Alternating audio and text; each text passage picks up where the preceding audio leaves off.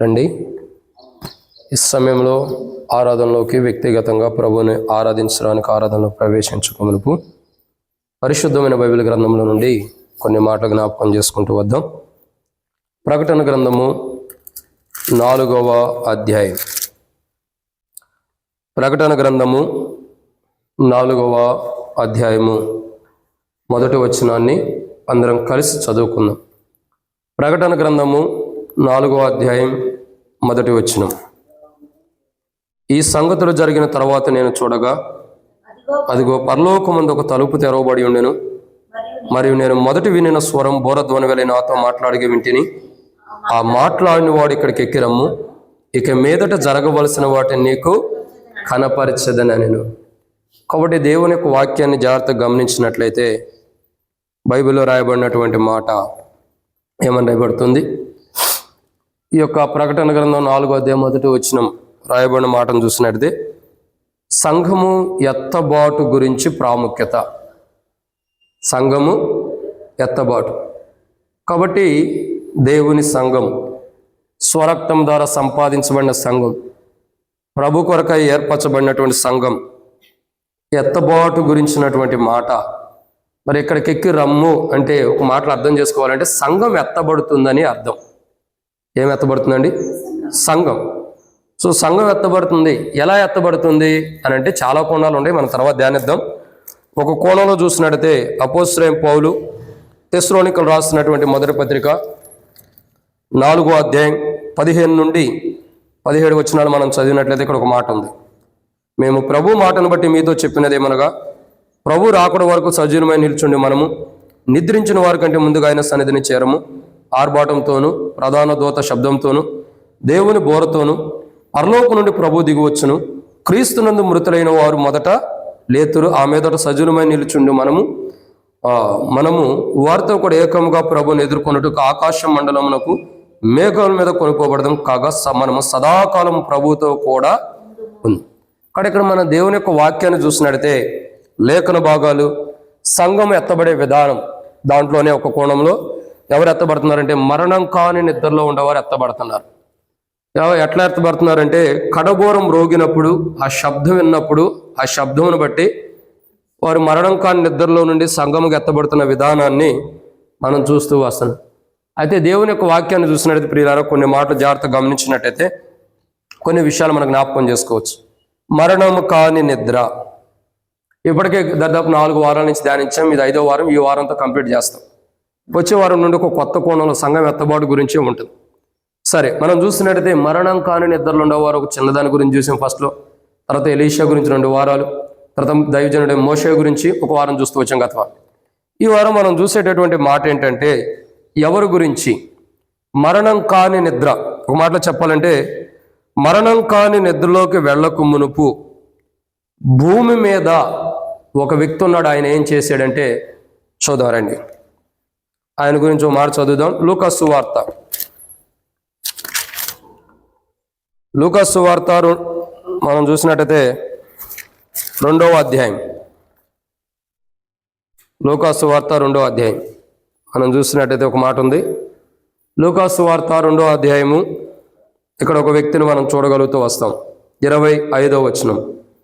యెరూషలేమునందు సిమియోను ఒక మనుషుడు ఉండెను. అతడు నీతిమంతుడును భక్తిపరుడై ఉండి ఇశ్రాయేలు యొక్క ఆదరణ కొరకు కనిపెట్టేవాడు. పరిశుద్ధాత్మ అతని మీద ఉండెను. కాబట్టి ఇక్కడ మనం చూస్తున్నటువంటి మాట ఏంటంటే ప్రియులారా, దేవుని యొక్క వాక్యాన్ని చూసినట్టయితే సిమియోను అనే ఒక వ్యక్తి మరణము కాని నిద్రలోకి వెళ్ళక మునుపు భూమి మీద ఏం చేశాడంటే బైబిల్లో కొన్ని విషయాలు ఉన్నాయి. భూమి మీద ఏం చేశాడంటే బైబిల్లో కొన్ని విషయాలు ఉన్నాయి.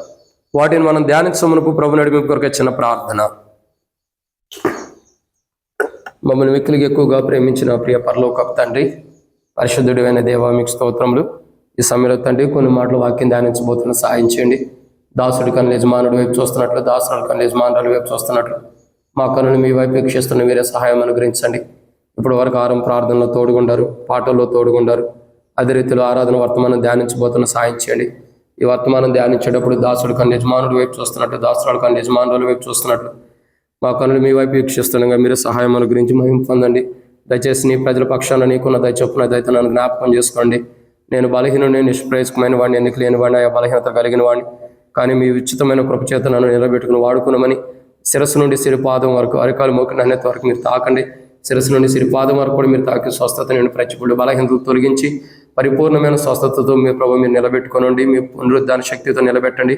శక్తి చేతనం, బలము చేతనం కాక మీ ఆత్మ ద్వారానే ఇక్కడ పరిచర్య జరిగించమని దేవా, మీ కార్యాలు జరిగించి బలహీనతలన్నిటిని కూడా తొలగించమని, వచ్చింది ప్రధానమైన స్తోత్రాలు రావాల్సిన వారిని త్వరపడి తీసుకురాని మధ్య మార్గంలో సకాలం నడిపించమని, ఈ వర్తమానం ధ్యానిస్తుండగా మేము ఎట్లా ప్రభువుని ఆరాధించాలో మాకు నేర్పించి, వాక్య వెలుగులో మేము ప్రభువుని ఆరాధించినట్లు మాకు సహాయం అనుగ్రహించి మహిమ పొందమని యేసు ప్రభు నామమున విశ్వాసంతో ప్రార్థిస్తున్నాం తండ్రి. ఆమేన్.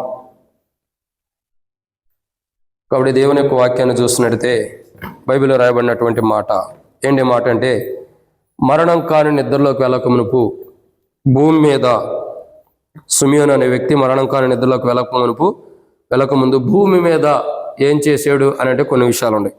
దాంట్లో మొదటి మాటను మనం చూద్దాం. లూకాసు వార్త 2వ అధ్యాయం 28వ వచనం. లూకాసు వార్త 2వ అధ్యాయం 28వ వచనం, 27, 28 వచనాలు కలిసి ఉన్నాయి. అంతటా ధర్మశాస్త్ర పద్ధతి చొప్పున ఆయన విషయమై జరిగించుటకు శిశువైన యేసును దేవాలయంలోకి తీసుకొని వచ్చినప్పుడు అతడు తన చేతులలో ఆయనను ఎత్తుకొని దేవుని స్తుతించుచు ఇట్లా నేను చాలా కాబట్టి ఇక్కడ మనం చూస్తున్నాము రాయబడిన మాట లూకాసు వార్త 2వ అధ్యాయం 28వ వచనంలో మనం చూసిన మాట ఏంటంటే, ఒక మాట రాయబడుతూ వచ్చింది. ఏంటి ఆ మాట?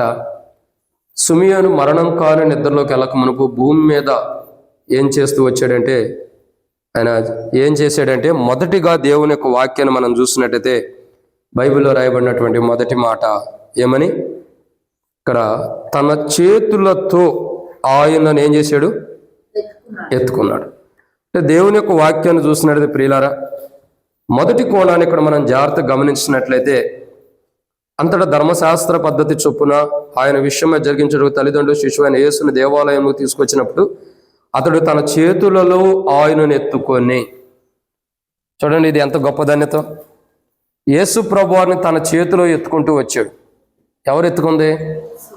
సిమియోను. నిజంగా ఈ ధన్యత ఎంతమందికి దొరికిద్దో చూడండి.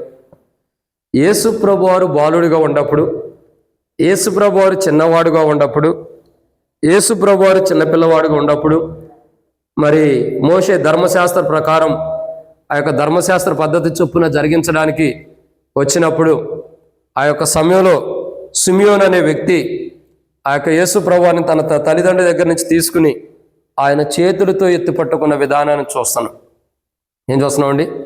చేతులతో ఎత్తి పట్టుకున్నాడు. అంటే ఇక్కడ అర్థం చేసుకోవాల్సిన కోణం ఏంటంటే ప్రియులారా, చేతులతో ఎత్తి పట్టుకోవటం అంటే తన జీవితంలో, తన యొక్క అనుభవంలో సిమియోను యొక్క జీవితాన్ని మనం చూసినట్టయితే, సిమియోను యొక్క అనుభవాన్ని మనం చూసినట్టయితే యేసు ప్రభువారిని చేతులతో ఎత్తి పట్టుకున్నాడు. చాలామంది యేసు ప్రభువారిని ఎలా ఎత్తి పట్టుకుంటారు? చాలామంది యేసు ప్రభువారిని ఎలా ఎత్తి పట్టుకుంటారు? చేతులతోనా? ఇంకేం కదమ్మా, నీ దగ్గర పెట్టుకో ఫోన్, ఎవరైనా ఫోన్ చేస్తే మాట్లాడు. ఎలా ఎత్తుకుంటారు? నాకు తెలిసి నేనేం చెబుతానంటే, ఒక మాట చెబుతా. చాలా వరకు ఎలా ఎత్తుకుంటారంటే, నేను చెప్పే మాట మీకంటే కొద్దిగా డిఫరెంట్గా ఉండేది కాబట్టి, అందరూ తమ పెదాలతో గనపరుస్తున్నారు కానీ తమ హృదయాలు దేవునికి, అంటే చాలా మంది పెదాలతో ప్రభుని ఎత్తిపట్టుకుంటారు. అంటే యేసు ప్రభును గొప్పవాడు, యేసు ప్రభును అద్భుతకరుడు, యేసు ప్రభు నా కొరకు చనిపోయి, యేసు ప్రభు నా కొరకు ప్రాణం పెట్టావు, యేసు ప్రభు అది, యేసు ప్రభు ఇది, ఈ పెదాలతోనే కనపరుస్తాం కానీ హృదయం దేవునికి దూరంగా ఉంది. కానీ ఇక్కడ సిమియోను యొక్క జీవితం చూసినట్టే, సిమియోను యొక్క జీవితాన్ని చూస్తే తాను చేతులతో ప్రభుని ఎత్తిపట్టుకుంటున్నాడు. అంటే అర్థం ఏంటి? తన హృదయంతో ప్రభుని ఎత్తిపట్టుకున్నాడు. తన హృదయంతో ప్రభువుని ఎత్తిపట్టుకున్నటువంటి అనుభవం సిమియోను యొక్క జీవితంలో ఉంది. ఈరోజు మన జీవితంలో మనం ప్రభు దగ్గరకు వచ్చిన మనం సిమియోను మరణం కాని నిద్రలోకి వెళ్ళక ముందు భూమి మీద ఏం చేశాడంటే, మొదటిగా ఏం చేశాడు? యేసు ప్రభువారిని చేతులతో ఎత్తుపట్టుకున్నాడు. అంటే తన హృదయంతో ఎత్తుపట్టుకున్న అనుభవం కనపడతాం. ఇక్కడ మన జీవితాల్లో పెదాలతో ప్రభుని కనపరచడం కాదు, పెదాలతో ప్రభుని ఆరాధించడం కాదు. మన యొక్క పరిశుద్ధమైన చేతులెత్తి పరిశుద్ధమైన హృదయంతో ఏం చేయాలా? ప్రభుని ఆరాధించాలి. ఎప్పుడైతే పరిశుద్ధమైన చేతులెత్తి పరిశుద్ధమైన విధానంలో ప్రభుని ఆరాధిస్తామో అప్పుడు ప్రభువుకి మహిమకరంగా ఉండిద్ది, అప్పుడు ప్రభువుకి ఘనమైన రీతిలో ఉంటుంది. కానీ మొదటి కోణాన్ని చూసినట్లయితే లూకా సువార్త 2వ అధ్యాయం 28వ వచనంలో రాయబడినట్లు ఏమని రాయబడితే వచ్చిందండి? సిమియోను యేసుక్రీస్తు ప్రభువారిని ఎత్తుకున్నటువంటి అనుభవాన్ని మనం చూస్తున్నాం. సిమియోను యేసు ప్రభువారిని ఎత్తుకుని ఆయన మరి తన హృదయంలో కూడా తన చేతులతో ఎలాగైతే ఎత్తిపెట్టుకున్నాడు అలాగూ తన హృదయంలో ఎత్తుకున్నటువంటి అనుభవాన్ని మనం చూస్తున్నాం. ముందు దావీదు రాజు గారి నుంచి ఎంతో మంది భక్తులు మరి ఈ యొక్క యేసు ప్రభువారి కొరకై ఎదురు చూసిన అనుభవాలు మనం చూస్తున్నాం. కానీ ఆ ధన్యత సిమియోను దొరుకుతూ వచ్చింది. ఆ ధన్యతలో సిమియోను ఉంటూ వచ్చాడు. నిజంగా తన జీవితం ఎంత ధన్యకరమైందో చూడండి. దేవుని ప్రభు అయిన యేసుక్రీస్తు ప్రభువుని తన స్వహస్తాలతో ఎత్తుకుని మరి దేవుని కొనియాడుతున్నటువంటి అనుభవం అది ఎంత సంతోషంగా ఉందో చూడండి. అలాంటి ధన్యత, అలాంటి అనుభవం దేవుడు మనకి క్రీస్తులో తీసుకొచ్చాడు. యేసు ప్రభు వారి ద్వారా దేవుని మన హృదయంలో ఎత్తుపెట్టుకుని మరి యేసు ప్రభు వారి ద్వారా మన హృదయంలో దేవుని ఎత్తుపెట్టుకుని దేవుని గణపరిచే కోణం, దేవుని మహింపరిచే కోణం, దేవుని ఆరాధించేటటువంటి అనుభవాన్ని దేవుడు క్రీస్తు ద్వారా మనకు అనుగ్రహిస్తూ వచ్చాడు. ఈరోజు మన హృదయంలో యేసు ప్రభువాన్ని ఎత్తుపట్టుకుని మనం దేవుని గణపరిచి ఆరాధించే వారికి ఉండాలని ప్రభు శిలువ కార్యాన్ని జరిగిస్తూ వచ్చాడు. ఇది మొదటి మాట.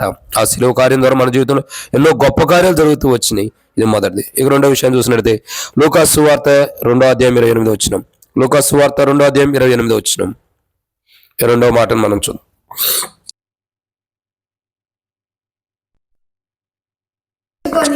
దేవుని స్తుతించుచు ఇట్లా నేను ఏం చేస్తున్నాడమ్మ ఇప్పుడు?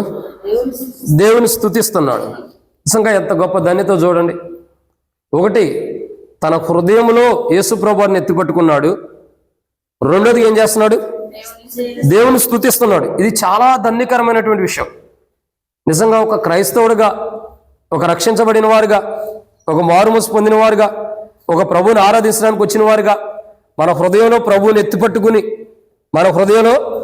ఎత్తిపట్టుకుని నిజంగా మనం దేవుని స్తుతిస్తే, దేవుని ఆరాధన చేస్తున్నామంటే అంతకంటే గొప్ప జీవితం ఇంకేముందో చెప్పండి? ఇంకేమనుందా? చూడండి, సిమియోను యొక్క జీవితం మరణము కాని నిద్రలోకి వెళ్ళక మునుపు భూమి మీద సిమియోను చేస్తున్నవి ఏమిటంటే, రెండోదిగా దేవుని స్తుతిస్తున్నాడు. ఒకటి, హృదయంలో ప్రభువుని ఎత్తిపట్టుకున్నాడు. రెండోదిగా దేవుణ్ణి స్తుతిస్తున్నాడు. ఎంత గొప్ప ధన్యత చూడండి. ఆ దేవుని స్తుతించే ధన్యత అందరికీ రాదు. కొంతమంది దేవుని స్తుతించమంటే ప్రార్థన చేస్తాం, కొంతమంది దేవుని స్తుతించమంటే ఏం చేస్తామో మనకే తెలియదు. అసలు నిజంగా సిమియోను యొక్క జీవితంలో ఎంత ఘనముగా దేవుని స్తుతిస్తున్నాడో చూడండి. ఎంత గొప్ప అనుభవంలో దేవుని స్తుతిస్తున్నాడు. కాబట్టి సిమియోను మరణం కాని నిద్రలోకి వెళ్ళక మునుపు భూమి మీద తను చేస్తున్నది ఏంటంటే, రెండోదిగా దేవుని స్తుతిస్తున్నాడు. దేవుని ఏం చేస్తున్నాడు? స్తుతిస్తున్నాడు. ఒక మాటలో చెప్పాలంటే దేవుణ్ణి ఆరాధన చేస్తున్నాడు, దేవుని గణపరుస్తున్నాడు, దేవుని మహిమపరుస్తున్నాడు, దేవుని మహిమార్థమై దేవుని మహిమపరుస్తున్నవాడిగా మనం సిమియోను చూస్తూ వస్తున్నాం. కాబట్టి ఈరోజు మన జీవితాలు కూడా ఈ లోకంలో ప్రభు మనల్ని ఉంచాడు. ఈరోజు ప్రభు దినం. గత వారం ఉండేవారు ఈ వారం ఉండలేదు, అయినప్పటికీ దేవుడు మనల్ని సజీవులుగా ఉంచాడు. సజీవులుగా ప్రభు ఉంచినందుకు దేవుని సన్నిధిలోకి వచ్చిన మనం సిమియోను వలె మన హృదయంలో ప్రభువుని ఎత్తిపట్టుకుని, సిమియోను వలె దేవుని నిజంగా స్తుతించి గణపరిచి ఆరాధించినప్పుడు దేవుడు మనల్ని బట్టి మహిమపరచబడేవాడుగా ఉంటాడు. మనల్ని బట్టి మహిమపరచబడేవాడుగా ప్రభు ఉంటాడు. అక్కడ అలా మనం మన హృదయంలో ప్రభువుని పెట్టుకుని మనం దేవుని హృదయంలో ప్రభు ఉన్నప్పుడు దేవుని ఎలా స్తుతించాలో, దేవుని ఎలా ఆరాధించాలో, దేవుని ఎలా మహిమపరచాలో ఆటోమేటిక్గా దేవుడే మనకు బయలుపరుస్తూ ఉంటాడు. కాబట్టి అటువంటి అనుభవం యొక్క జీవితంలో ప్రభు మనం తీసుకొచ్చినందుకు మనం ఏం చేయాలి? ప్రభువుని ఆరాధించాలి. ప్రభువా, నా మటుకు నేనైతే యోగ్యత లేనివాడిని, ఏమాత్రం నీ మందిరంలోకి రావటానికి, నీ సన్నిధిలోకి వచ్చి నేను ఆరాధిస్తానికి కూడా అర్హత లేనివాడిని, నీ మందిరానికి వెలుపటే ఉండవలసిన వాడిని. అయితే ప్రభువా, నన్ను నీ కృపలో జ్ఞాపకం చేసుకుని సిమియోను వలె ప్రభువా నా హృదయము ప్రభువా నిన్ను గురించి ఎత్తుపట్టేటట్టు, నా హృదయంలో నిన్ను ఎత్తిపట్టేటట్టు నన్ను సిద్ధపరిచావు. నా హృదయంలో పాపం తీసేసి నా హృదయంలో నిన్ను ఎత్తిపట్టేటట్టు సిద్ధపరిచావు. నా నోరు అబద్ధాలు, మోసాలు, పాపంతో మాట్లాడుతున్నప్పుడు బూతులు మాట్లాడే నా నోటి నుండి సజీవుడైన నిన్ను యథార్థ హృదయంతో స్తుతించే ధన్యత నా నోటికి నువ్వు ఇచ్చావు ప్రభు అని ప్రభుని ఏం చేయాలా?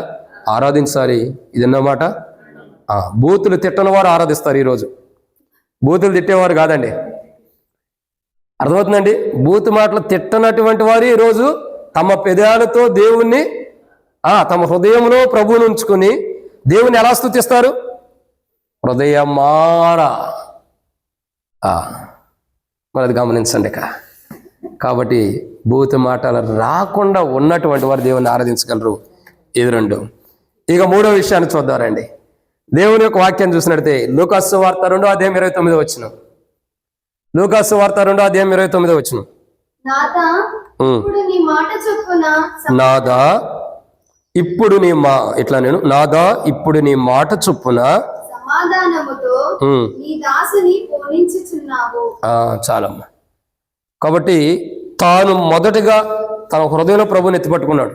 2, తాను దేవుని స్తుతిస్తున్నాడు.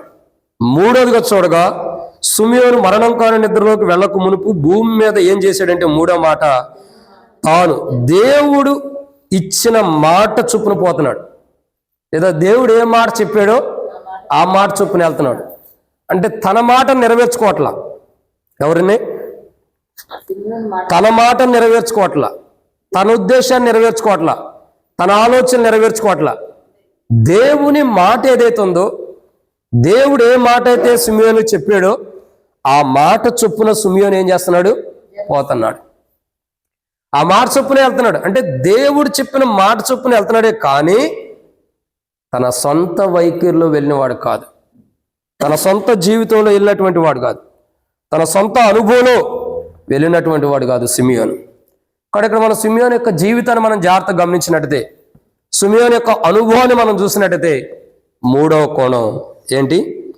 దేవుడు చెప్పిన మాట, తనకు దేవుడిచ్చిన మాట, దేవుడు తనతో చెప్పిన మాట ప్రకారం అతడు పోతున్నాడు కానీ తన సొంత నిర్ణయాలు చొప్పున వెళ్తున్నా.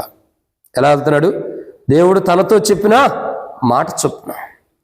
అనేక పర్యాయములు ఒకప్పుడు రక్షణ పొందక మునుపు, రక్షణ జీవితం లేక మునుపు, ప్రభువుని ఎరగక మునుపు, పాపక్షమాపణ అనుభవం లేక మునుపు, ప్రభువుని ఎరగక మునుపు, మన జీవితాలు మారక మునుపు ఒకప్పుడు మనం కూడా దేవుని మాటను విననటువంటి వారు, దేవుని మాటకు లోబడినటువంటి వారు, దేవుని మాటకు విధేయత చూపించినటువంటి వారు.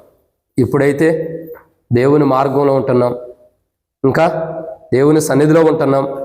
ఇప్పుడు దేవుని మాట చొప్పున కొంత సమయం ఉంటాం, కొన్ని రోజులు వింటాం, కొన్ని రోజులు వినపోయినా దేవుని మాట చొప్పున వెళ్ళే వారు ఉంటున్నాం.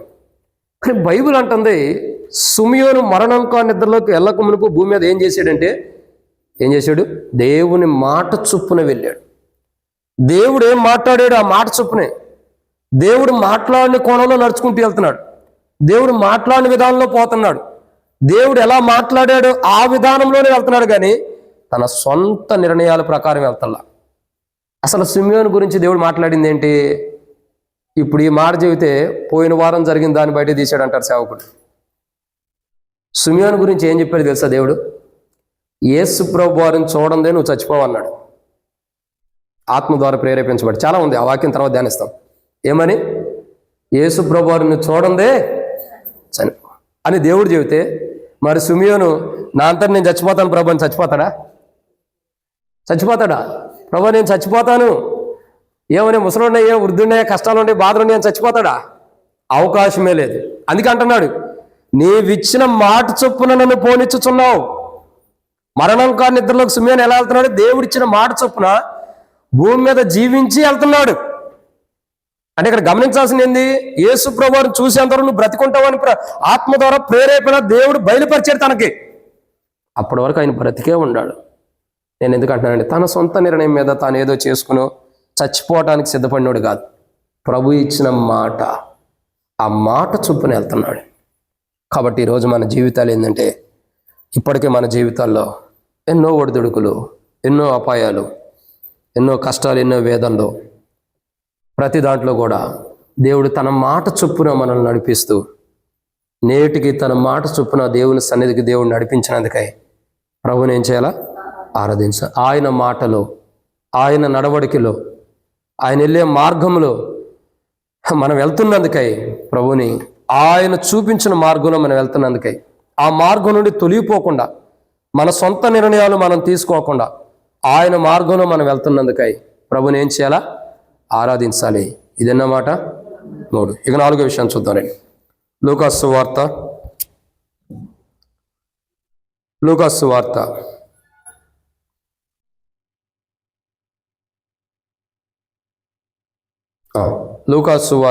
4వ మాటను మనం చూద్దాం. లూకాసు వార్త 2వ అధ్యాయం 32వ వచనం.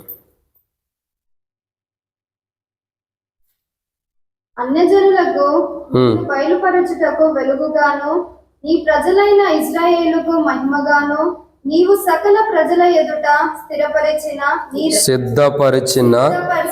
నీ రక్షణ నేను కన్నులారా చూచితిని. చాలా అక్కడక్కడ మనం చూస్తున్నటువంటి ఎన్నో మాట ఇది? 4వదిగా చూసినట్టయితే, నీ ప్రజల ఎదుట నువ్వు సిద్ధపరిచిన నీ రక్షణ నేను కనులారా. అంటే చూడండి, తను మాట్లాడుతున్న మాట ఎంత గొప్పదో. సకల ప్రజల ఎదుట నువ్వు సిద్ధపరిచిన నీ రక్షణ నేను కనులారా. ఆ రక్షణ ఎవరంటే యేసు ప్రభువారే. ఆ రక్షణ ఎవరు? యేసు ప్రభువారే.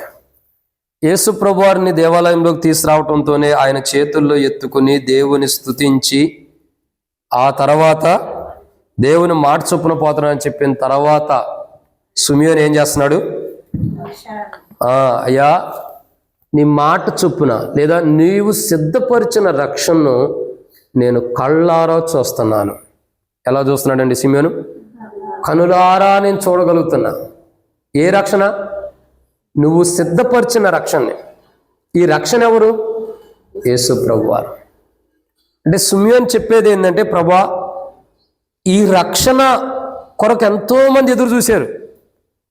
అబ్రహాము దగ్గర నుంచి, నోవాహు కానీ, హానోకు కానీ, ఇంకా ఆదాము దగ్గర నుంచి అయినా సరే వేసుకోవచ్చు కౌంటింగ్లో.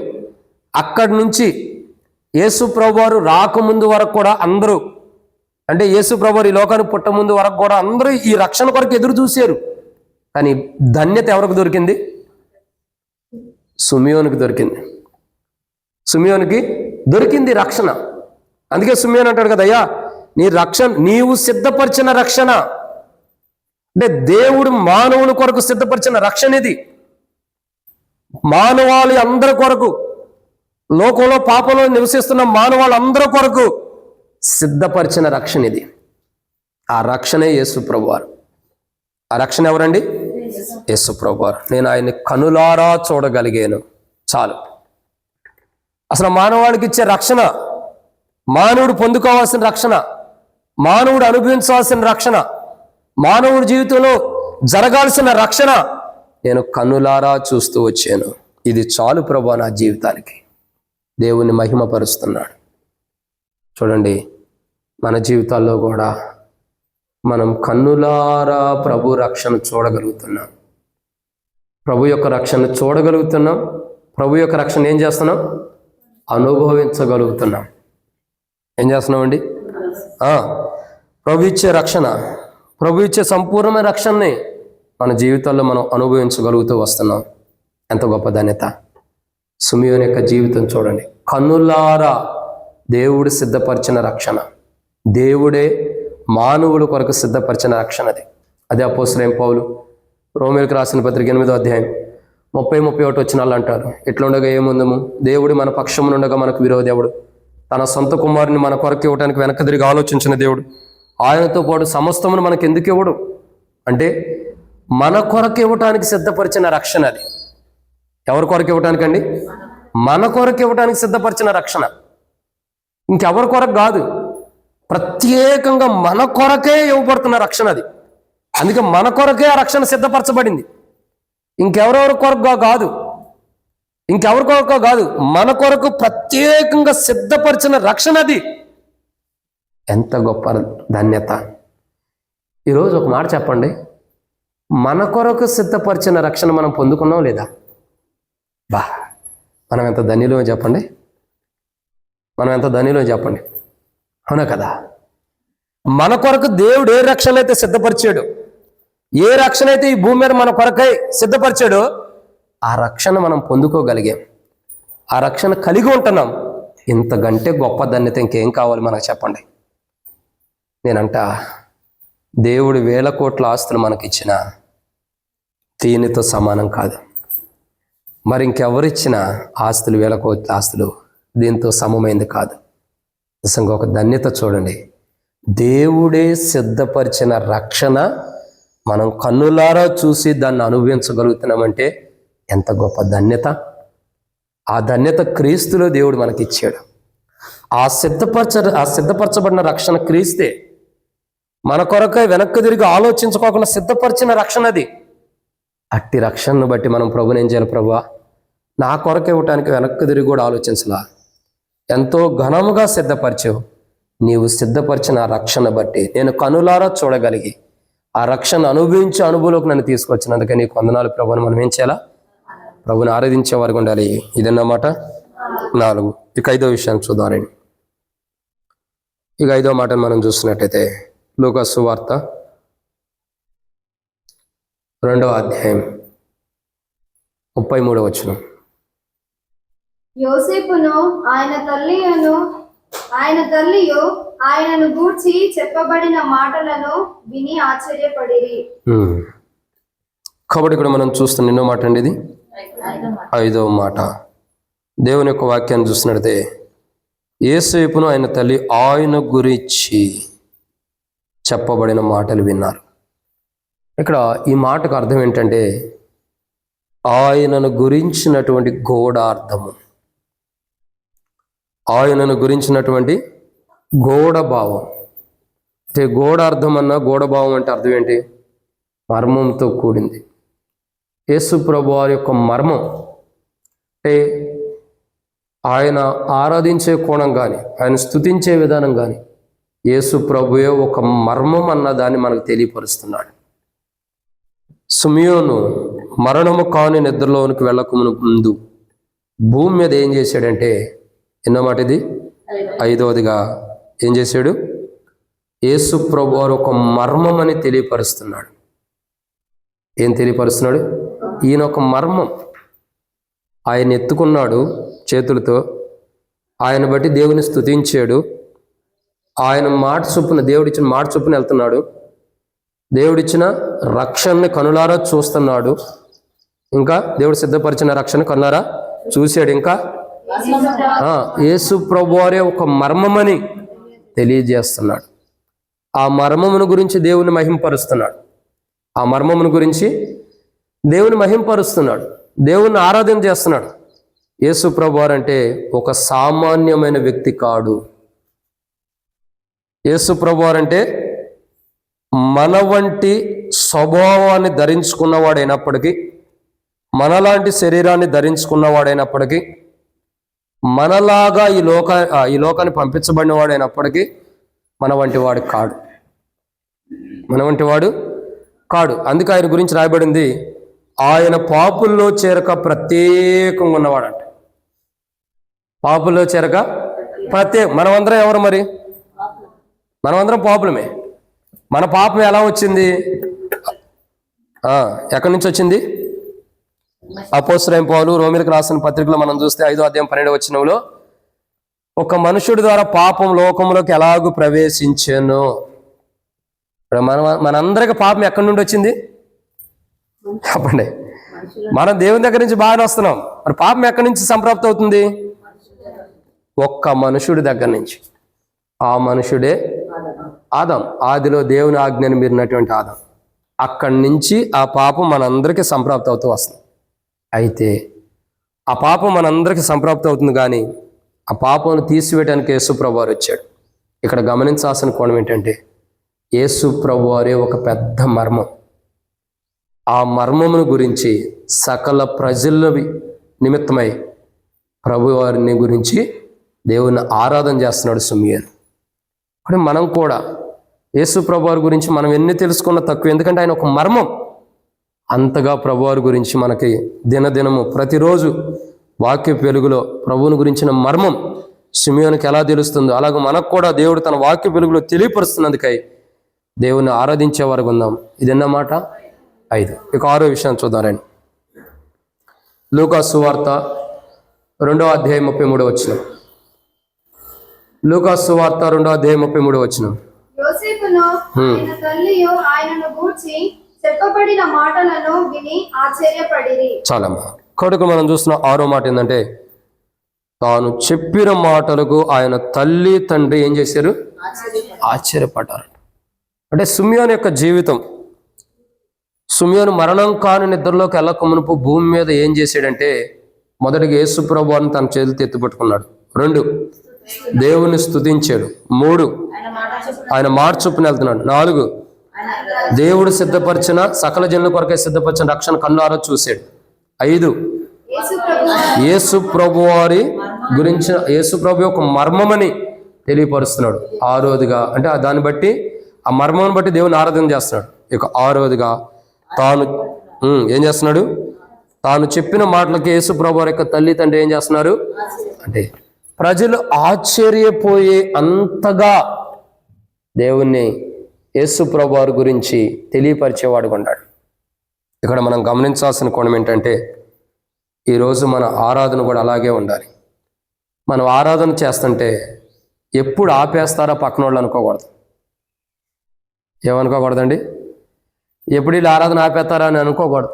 మనం ఆరాధన చేస్తుంటే ఏం చేయాలి? పక్కన వాళ్ళందరూ కూడా ఆశ్చర్యపోవాలి. సిమియోను యేసు ప్రభు వారి గురించి తెలియపరుస్తున్నప్పుడు యోసేపు, బహుశా యోసేపు గారికి తెలియకపోవచ్చేమో కానీ మరియమ్మకు అన్నీ తెలుసు.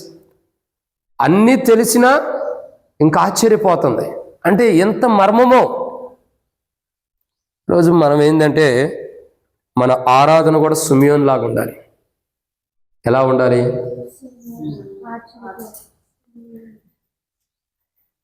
మనం ఆరాధన చేస్తే ఎదుటి వ్యక్తి ఆశ్చర్యపోవాలి. ప్రభువా, పక్కన ఉన్న వ్యక్తి, ఆ సహోదరుడు ఈ సహోదరి ఇంత గొప్పగా ఆరాధన చేశారే, నేను ఇంకా గొప్పగా ఆరాధన చేయాలన్న మనసు మనలో రావాలి. ఆరంభించడమే అతి కష్టం మీద ఆరంభిస్తే ఇంకెట్లా ఆరాధన చేస్తాం? ఇక్కడ మనం ఆరాధించేది ఎదుటి వ్యక్తి ఆశ్చర్యపోవాలి అంతగా దేవుని, అంటే ఎదుటి వ్యక్తి ఆశ్చర్యపోవాలన్నట్టుగా ఎదుటి వ్యక్తి ఆశ్చర్యపోవాలని ఆరాధన చేయకూడదు. దేవుణ్ణి ఆరాధించే చూసి ఎదుటి వ్యక్తి ఆశ్చర్యపోవాలి. ఈయన ఎంత గొప్పగా దేవుణ్ణి ఆరాధన చేస్తున్నాడు, ఈమె ఎంత గొప్పగా దేవుణ్ణి ఆరాధన చేస్తుంది ఈ సహోదరుడని చూసి ఆశ్చర్యపోవాలి. అంటే అంత గొప్పగా మన హృదయంలో ప్రభువుని గురించి ఏం చేయాలా? ఆరాధన సిద్ధపడి ఉండాలి. దేవుణ్ణి ఎలా ఆరాధించాలో సిద్ధపడి ఉండాలి. ఇక్కడ కొంతమంది ఉంటారు, ఇంటి దగ్గరే సిద్ధపడి వస్తారు దేవుణ్ణి ఎలా ఆరాధించాలి. ఇక్కడికి వచ్చిన తర్వాత విన్న ఏం చేస్తారక్క? ఇంటి దగ్గరే సిద్ధపడతారంటే, ఈరోజు నేను ఇలా ప్రభుని ఆరాధించాలి, ఇలా కష్టాల్లో, ఇలా బాధల్లో, ఇలా దుఃఖంలో, ఇలాంటి వేదనలో, ఇలాంటి భయంకరమైన పరిస్థితులను దేవుడు కాపాడేదని ఆరాధించడానికి మొదటే సిద్ధపడి వస్తారు. ఇక్కడికి వచ్చిన తర్వాత దేవుని వాక్యం మాట్లాడినప్పుడు ఆ మాట్లాడిన వాక్యపు వెలుగులో వారి పరిస్థితికి దేవుడు ఎలా సహాయం చేశాడో దాన్ని బట్టి దేవుడిని ఆరాధన చేస్తారు. దాన్ని బట్టి ప్రజలు ఆశ్చర్యపోతారు. ఈరోజు మనం చేసే ఆరాధన ఎలా ఉండాలంటే, సకల ప్రజలు కూడా ఆశ్చర్యపోయే రీతిలో ఉండాలి. అంత గొప్ప ఆరాధన దేవుని సన్నిధిలో మనం దేవుని సన్నిధిలో ఏం చేయాలా? చేసేవారు ఉండాలి. ఇక్కడ అట్టి గొప్ప ఆరాధన మనం చేయటం కొరకై ప్రభు మనం సిద్ధపరచను కాక. ఎందుకంటే సిమియోను మరణం కాని నిద్రలోకి వెళ్ళక మునుపు ప్రభువుని గురించి ఆశ్చర్యమైన మాటలు, ఎంతో గొప్ప ఆశ్చర్యకరమైన మాటలు సిమియోను యేసు ప్రభువారి యొక్క తండ్రి యోసేపుకి, యేసు ప్రభువారి యొక్క తల్లి అయినటువంటి మరియమ్మకి తెలియపరుస్తుంటే ఆశ్చర్యపోతున్నారు. అమ్మో, ఇంత గొప్పవాడా యేసు ప్రభువారు! కన్న తల్లే యేసు ప్రభువారి గురించి మాటలు చూస్తే ఆశ్చర్యపోతాం. అంత గొప్పగా వర్ణించగలుగుతూ వచ్చాడు సిమియోను, అంత గొప్పగా వివరించగలుగుతూ వచ్చాడు యేసు ప్రభువారి గురించి. అక్కడ ఈరోజు మనం ఆరాధన కూడా ప్రభువుని అంత గొప్పగా వర్ణించాలా, వివరించాలా, అంత గొప్పగా మహిమపరచాలి, అందరూ ఆశ్చర్యపోయేంతగా. అట్టి గొప్ప ఆరాధన మనం చేయటం కొరకే ప్రభు సిద్ధపరచాలి. సిమియోను లాంటి ఆరాధన ఇదన్నమాట. 7వ విషయం చూద్దారండి. లూకాసు సువార్త 2:26. అతడు ప్రభు యొక్క క్రీస్తును చూడక మునుపు మరణము పొందడని అతనికి పరిశుద్ధాత్మ చేత బయలుపరచబడి ఉండెను. ఆత్మవశుడై అతడు దేవాలయంలోనికి వచ్చెను. చాలా ఇక్కడ మనం చూసిన ఎన్నో మాట ఇది 7వ మాట చూసినట్టయితే సిమియోను యొక్క జీవితంలో ఇంతకుముందే చెప్పాను నేను, అతడు ప్రభువు యొక్క క్రీస్తును చూడకమునుపు మరణం పొందాడంట. అంటే సిమియోను యొక్క జీవితంలో తాను క్రీస్తును చూడకోకుండా మృతి పొందినవాడు కాడు. క్రీస్తును పొందిన తర్వాత మృతి పొందగలిగాడు. క్రీస్తును పొందకమునుపు మృతి పొందాలి. చాలామంది మన కుటుంబంలో, బంధువుల్లో, స్నేహితుల్లో యేసు ప్రభు వారిని ఆ కనులారా దేవుడు సిద్ధపరిచిన రక్షణ చూడకోకుండా మృతి పొందేవాడు చాలామంది ఉంటారు. తద్వారా వాళ్ళు ఎక్కడికి వెళ్తారంటే మనం అవునన్నా కాదన్నా నరకానికే, మనం అవునన్నా కాదన్నా నరకమే. కానీ దేవుడు చూడండి ఎంత గొప్పవాడు అంటే మనం మరణం కాకమునిపే దేవుడు సిద్ధపరిచిన రక్షణనే మనం కనులారా చూడగలిగే స్థితిలోకి దేవుడు తీసుకొచ్చాడు. నిజంగా మనం రక్షణ పొందకోకుండా మరణిస్తే నరకమే, అది దాంట్లో డౌటే లేదు. అవునా కదా? కానీ నిజంగా చూడండి, సిమియోనుకి ఏమైనా బయలుపరచబడింది? ప్రభువుని గురించినటువంటి, చూడండి ఆ మాట ఎంత గొప్పదో. అతడు ప్రభు యొక్క క్రీస్తును చూడక మునుపు మరణం పొందడని అతనికి పరిశుద్ధాత్మ చేత బయలుపరచబడి ఉండెను. నువ్వు యేసు ప్రభు వారిని చూడక మునుపు, దేవుడు సిద్ధపరిచిన రక్షణ చూడక మునుపు నువ్వు చచ్చిపోవు. రక్షణ కనులారా చూసిన తర్వాతే ఈ లోకం నుండి నువ్వు వెళ్తావు. అది ఎంత గొప్ప ధన్యత. ఒక వ్యక్తి రక్షణ పొందిన తర్వాత ఒక గంటకు చనిపోని, ఒక వారాన్ని చనిపోని, ఒక సంవత్సరాన్ని చనిపోని దేవుని రాజ్యానికి వెళ్తాడు. రక్షణ పొందిన తర్వాత అతడు చనిపోతే దేవుని రాజ్యానికి వెళ్తాడు. రక్షణ పొందకోకుండా చనిపోతే ఎవరికి వెళ్తాడు? ఖచ్చితంగా నరకమే. మనం అవునన్నా కాదన్నా. కొన్ని మాటలు మనకు కష్టంగా ఉంటాయి. ఎందుకు? కొన్ని మాటలు ఎట్లా ఉంటాయి అంటే, అయ్యో మా ఇంటి వారు రక్షణ పొందలేదు, నరకానికి వెళ్ళిపోయాడు, సేవకుడు ఎలా చెబుతాడని. సేవకుడు చెప్పట్లా, వాక్యం చెబుతుంది, బైబిల్ చెబుతుంది. నమ్మి బాప్తిసం పొందినవాడు రక్షించబడు, నమ్మని వారికి మరి అంతే కదా. దాంట్లో సేవకుడు చెప్పేది ఏమన్నా వాక్యమే అంటుంది. కాబట్టి సిమియోను యొక్క జీవితంలో యేసు ప్రభు వారిని కన్నులారా చూసిన తర్వాతే మరణం పొందుతున్నాడే కానీ యేసు ప్రభు వారిని చూడకముందు మరణం పొందల. ఈరోజు దేవుడు మనకు ఎంత గొప్పదాన్ని ఇచ్చాడంటే, ఏనాడు ఏదో ఒక యాక్సిడెంట్ అనో, ఏదో ఒక అనారోగ్యాన్ని బట్టో, ఏదో ఒక బలహీనతను బట్టో, మనకు వచ్చిన బలహీనతను బట్టో, లేదా కోవిడ్ని బట్టో, కోవిడ్ కూడా రాలేదా? చాలామందికి మన కోవిడ్ కానీ ఇంకేయో బలహీనతలను బట్టి కానీ, హార్ట్ ప్రాబ్లం కానీ, షుగర్లు కానీ, బీపీలను బట్టి కానీ, ఏదో ఒక అనారోగ్యాన్ని బట్టి మనం ఈ లోకం విడవలసిన వారిమే. కానీ యేసు ప్రభు వారు తన కన్నులారా తన రక్షణ చూసే ధన్యత కొరకే మనల్ని సజీవులుగా ఉంచి, ఆయన కన్నులారా రక్షణ చూసి, ఇంకా కన్నులారా ఆయన సిద్ధపరిచిన రక్షణే కాదు, దేవుని రాజ్యం కొరకు కూడా దేవుడు మనం సిద్ధపరుస్తున్నాడంటే ఎన్ని రోగాలు వచ్చినా, ఎన్ని అనారోగ్యాలు వచ్చినా, ఎన్ని బలహీనతలు వచ్చినా, ఎన్ని వ్యాధులు వచ్చినా మనకు మరణం తీసుకురాకుండా దేవుని రాజ్యం కొరకై దేవుడు అనుకున్న రీతిలో మనల్ని సిద్ధపరచడం కొరకై ఎన్ని బలహీనతలు వచ్చినా మనల్ని కాపాడుతూ మనల్ని సజీవులుగా దేవుడు ఉంచాడంటే నిజంగా ఇది ఎంత గొప్ప ధన్యత. దేవుడు ఈరోజు మనం సజీవులుగా ఉంచాడంటే కారణం ఏంటి? దేవుడు అనుకున్న కోణంలో మనం ఉండాలి. దాని కొరకై దేవుడు మన సజీవులుగా ఉంచాడు. సిమియోను ఎప్పుడో చనిపోవచ్చు, కానీ ఎప్పటి వరకు ఉన్నాడు సిమియోను? యేసు ప్రభు వారిని చేతులతో ఎత్తుకున్నాడు, యేసు ప్రభు వారిని దేవుని స్తుతించాడు, యేసు ప్రభు వారిని దేవుడిచ్చిన మాట చొప్పున పోతున్నాడు. యేసు ప్రభు వారి కనులారా సిద్ధపరిచిన ప్రజలందరూ, సకల ప్రజలు కూడా కనులారా సిద్ధపరిచిన రక్షణ కనులారా చూస్తున్నాడు. ఇంకా యేసు ప్రభు వారి గురించి ఒక మర్మమే అని తెలియపరుస్తున్నాడు, ఆయన గురించి ఆశ్చర్యకరంగా వర్ణిస్తున్నాడు. ఇంకా ఆయన్ని అయిపోయింది, కళ్ళారా చూసింది ధన్యత. ఇప్పుడు ఏం చేస్తున్నాడు? ఆయన యేసు ప్రభు వారిని చూడక మునుపు మరణం పొందట్లా. ఇక్కడ గమనించాల్సిన కోణం ఏంటంటే ప్రియులారా, ఇక్కడ సిమియోను అన్ని దినాలు బ్రతికుంటానికి కారణం ఏంటి? దేవుడు అనుకున్న రీతిలో సిమియోను ఉండాలి. సిమియోను దేవుడు అనుకున్న రీతిలో ఉండాలి. ఒక అనారోగ్యమో, ఒక బలహీనతో, ఒక వ్యాధి వచ్చి మనల్ని లోకాన్ని నుంచి తీసుకెళ్లాలనుకున్న దాని తరము కాదు. ఎందుకు కాదు? ఎందుకు ఒక అనారోగ్యం వచ్చిన, వ్యాధి వచ్చినా, ఆ బలహీనత నుండి, హాస్పిటల్ నుండి మరలా మనం సజీవులుగా తిరిగి ఎందుకు దేవుని మందిరానికి వస్తున్నాం తెలుసా? ఎందుకు సజీవులుగా ఉన్నామంటే ఆ అనారోగ్యం మనల్ని తీసుకెళ్తానికి కాదు, దేవుని చిత్తం. దేవుని చిత్తం ఏంటి? ఇంకా సిమియోను వలె మనం దేవుణ్ణి ఆరాధించాలి. కనులారా దేవుడు సిద్ధపరిచిన రక్షణ చూసి మన జీవితంలో దేవుడు ఎప్పటి వరకు అయితే ఉండాలని దేవుడు నిర్ణయించాడో అప్పటి వరకు దేవుని కొరకై ఉండి దేవుని రాజ్యం కొరకు సిద్ధపడాలని సిమియోను వలె దేవుడు మనల్ని ఈ లోకంలో సజీవులు ఉంచినందుకు ప్రభుని ఏం చేయాలా? సిమియోను చూడండి, మరణం కాని నిద్రలోకి వెళ్ళక మునుపు భూమి మీద ఉన్నప్పుడు ఏం చేస్తున్నాడు? తాను ఉన్నంతకాలం దేవుని మహిమపరుస్తున్నాడు. తనకు దేవుడు మరణం అనుమతించేంత వరకు కూడా దేవుని మందిరంలో ఉంటూ దేవుని సన్నిధిలో ఏం చేస్తున్నాడు? దేవుని ఆరాధన చేస్తున్నాడు, దేవుని స్తుతిస్తున్నాడు. అడు ఈరోజు మన జీవితాలు దేవుడు మనం సజీవులు ఉంచాడంటే దేవుని ఆరాధించాలి. దేవుని మహిమపరచడం కొరకై, దేవుని గణపరచడం కొరకై దేవుడు ఈరోజు మనం సజీవులు ఉంచాడు.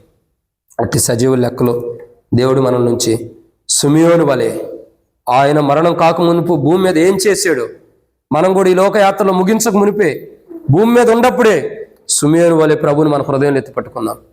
సిమియోను వలె దేవుని స్తుతిస్తాం. సిమియోను వలె దేవుడు చెప్పిన మాటల ప్రకారం వెళ్ళేవారుగా దేవుని గణపరిచేవారుగా ఉందాం.